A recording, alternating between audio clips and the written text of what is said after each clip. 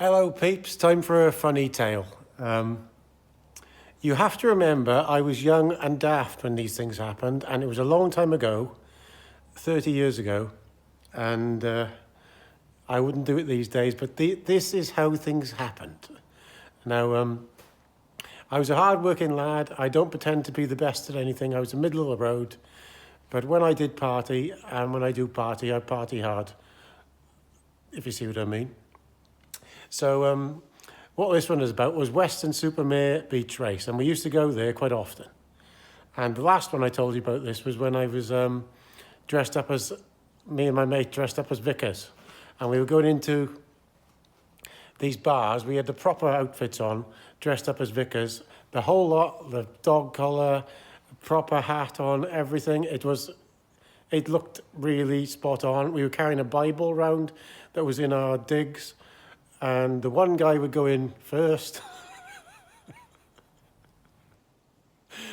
And then I'd go in second, absolutely rat-arsed, and start arguing with the other vicar in the pub. Now, we were doing this in every pub, and it was getting people every time. And there were two pissed vicars. And we'd go into the next pub, next bar, same thing. We'd swap over this time. I'd go in first, and then the other one would come in. A big rowing. Oh, it was crazy. I had some wild times there, over several times there, and I can't actually remember the one I'm going to tell you now, whether it was that night. I think it was. But I remember we went back to this nightclub, and we met up with some of the other lads that were there. And I have to be honest, we were in this nightclub and I was dancing like a fool. I always dance like a fool when I get wrecked. I always have. I don't know why. I always will. But anyway, somewhere through that night, I didn't remember a thing about it. So we all went back to the digs and I never thought nothing about it until the next morning. I got up then out of wake. Obviously, bad head and everything. Went down to go for breakfast. And there was probably 10 or 15 of us staying in the same hotel. But we all come in cars and things, so we weren't all there in a bus or anything. So I noticed when I got to the bottom of the stairs, everybody was looking at me. And I was thinking, what the hell happened last night? So I went to the bottom of the stairs. One of the lads that was with me the night before, he said, do you remember what happened last night? I said, no, not a clue, after the nightclub. He said, they're absolutely bonkers down here. Absolutely bonkers. So I said, what's the matter? And then I saw the other chap who was dressed up as a vicar with me. And I may as well say it was Yogi. He was dressed up as a vicar with me. And he was still in his dressing gown, twisted. And he said, Gaz, have you any idea what happened last night? He said, because I came home before you, and you came back with these other lot. I said, I haven't a clue, I can't remember anything. So he said, go outside, and when you went outside of this hotel, you could walk out onto the road, but there was another level below. So there was like 30 foot below, and then there was another house down below fastened to this thing, so like another down level with a roof there. So when you came off the street, you walked over this sort of bridge into the hotel. So, you know, I think good job we got home that day. This would have been drastic. Police are in everything.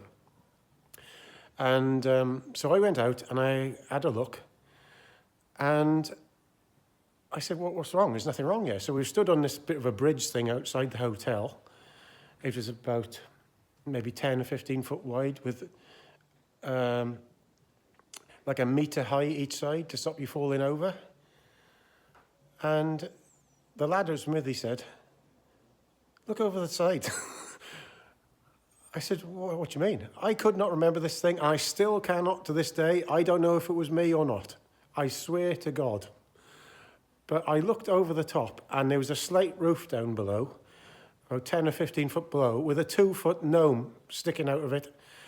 It was embedded into the roof, 10 feet head first, with his feet sticking out the roof through the slates. And I'm like, oh, holy. I still don't remember if that was me or not, but we got hold of a 2-foot gnome, garden gnome, a big heavy one. And for some reason that had gone over the side and stuck headfirst in the slate roof below, and then thought nothing of it. And I swear to God, I never even, to this day, I don't remember a thing about it. I don't even know if I did it. But everybody was blaming me, so I assume I did. So I went back into this hotel then, and man alive, the owner was going berserk in there. And all you could do was just say, oh, sorry about that, and I think I bunged him £100 or something. But mad things that go on when you go out sometimes, isn't it? It was one of them things. It just happened. And I went there another time with 2 other mates, and we were dressed up this time. We got, instead of vicars, I'd got a Viking helmet on, and the other one had got a big multicoloured afro, and the other one was totally politically incorrect, and he'd blacked his face completely up, and he got a hat on with 2 tits on the front. And it was something, I forget what it was. He pulled this string then, and these arms were going like this. Totally politically incorrect, but remember this was 25, 30 years ago. So we were going down the front there, and there was this pleasure fair on there, and there was this blooming thing that went like this. Great big ride, and you sat on it, about 50 of you, and it just went like that. And we sat on it, and we hadn't been going. We'd been there for probably half an hour, and there was nobody coming on there because it was in the middle of the day. And the guy was just waiting for somebody else to come on. So we started giving him some abuse now. And he lost the plot. He fired this thing up. It was going absolutely flat out. He kept us on there for half an hour until we were all about spewing. And fair play to the guy, he was laughing after. So after that, we went up Western Supermare Street, and we didn't see any of the bikes whatsoever. And there was an arcade there. And we were pretty daft then. And there was a punch bag thing there that, instead of hitting it back up like this, it went like this and went back down into like a pool table. So it was pretty empty in there. So we started to do this thing, and we were hitting this thing as hard as it could go. And then with the doors were joining the main road. So I went back out the door, so I took a run at it this time and hit this thing as hard as I could. It went back down in there. The noise was unbelievable. And we started gathering a crowd round us now. Then the other 2 mates were going back further and further. They were off the other side of the road in the end, running across the road from the far pavement, through the double doors and hitting this thing as hard as you could. And man, like the crowd of people there watching us was on both sides of the street. So look out. Then comes the manager. He comes over, and we thought, that's it. We're going to be locked up. And he said, come over here, boys. And I was waiting for it, for police to arrive, and he goes, what do you want to drink? And I'm like, what? He said, do you want a cup of coffee? And I said, yeah, please. 3 cups of coffee, yeah. He made us all a cup of coffee, and he said, I know you're pretty daft, lads, but you filled this place up. There was nobody in here before. You've absolutely filled this place up. Carry on doing that, whatever you want when you come by.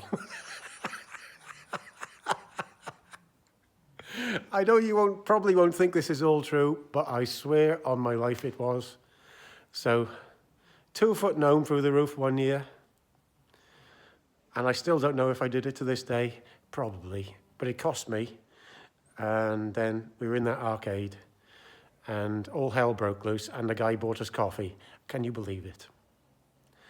And it's all true, I swear. So please comment, rate and subscribe, because we need a bit of fun to life as well as all this nonsense that's going on, don't we? Ta-da.